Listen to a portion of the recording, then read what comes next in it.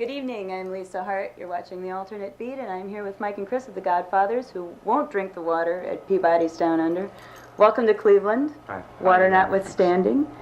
Tell me, first of all, about the band. To jump right in, just tell me about the personnel. And 2 guitars, 1 bass player, 1 drummer, and 1 lead singer, but we all do a bit of singing. Yes, how'd you find each other? Through an advert in Melody Maker. Are you serious? Yeah, deadly serious. So how do you decide from an ad in Melody Maker that you're the right things for each other? Because me and Pete was in another band called the Sid Presley Experience, and we put an advert in, and they come to see the advert. We had the auditions, and Mike, Chris, and George turned up for the auditions, and they were the best of the bunch. Yeah. So they got the Milk and Cookies Award. And how long ago was this? About 2.5 years ago. So who does the writing in the band? All of us. It's a 5-way thing, yeah. It seems like it would be a hard thing to do, though, to get people, to... It's easier. It's so much easier when you've got 5 minds, Alright, too many cooks might spoil the broth sometimes, but many hands make light of work in this game, I'm telling you, it's so much easier. You'd have to, if it's a 5-way thing, it's much more easier.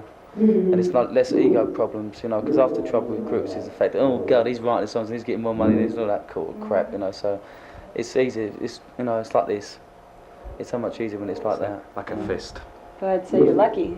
It would seem, if you've got, in another situation, it might be 5 egos tugging. I've got good taste, baby, I know how to pick them, You meet so many people who are working in bands and they're just not happy with the situation they've got, what's the point? You might as well work in a factory. That's true, that's true. So 2.5 years, that's maybe a relatively short time to get a deal, so, maybe you have found the right combination.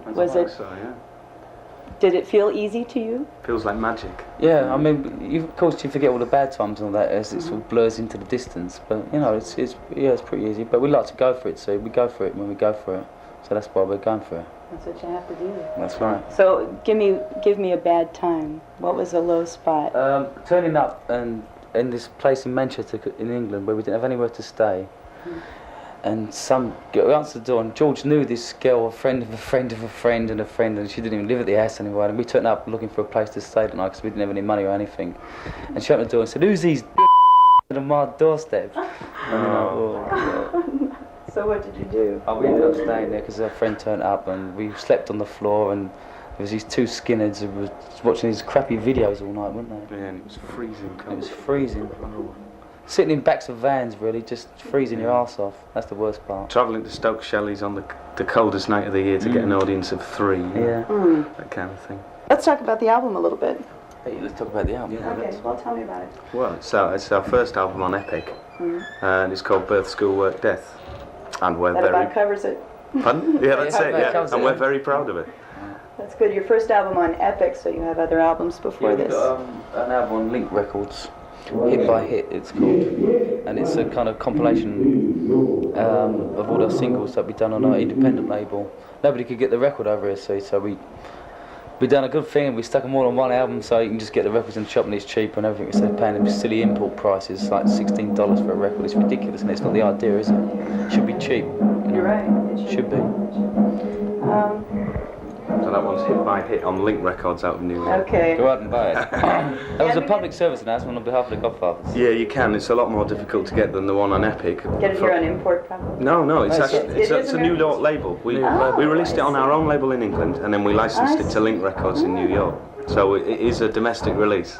Obviously, there's American bands and there's British bands, and they're 2 very, very different things, but the influence is all American rock and roll. That's right. What do you think accounts for the difference in the way it's come out? I think it's the attitude thing, really, with American bands. It's like, if judging something by, say, MTV, you think that every band has to have long hair, spandex trousers, jump on a tour coach, then onto the Learjet, back off again, sing a song, Throw something in and the complain swimming all the pool. way along about the road and all this. It's just boring. They do so much touring that I think they become obsessed with the road, and it just becomes so one-dimensional and selfish that all you're hearing about is somebody's whinging about the road and they miss somebody. It's just boring, really. I mean, one song, great, if it's a good song, but, The rock and roll in America has just like become totally synonymous with that whole road thing. It's got too away from the audience in a sense. I think it's too sort of like stadium orientated and stuff like that, really. It's all very well singing about being on the road, but how many of your audience can actually identify with spending sort of like 11 or 10 or 11 months of the year in different places? A lot of them would love to do it, you know, and it must really annoy them sometimes, you know. I think I'm going to pull it to a close before they beat us to death with the snare drum downstairs. So thanks for talking to me. Good luck with the rest of the tour and good luck with the album. I'm Lisa Hart. You're watching The Alternate Beat. See you later.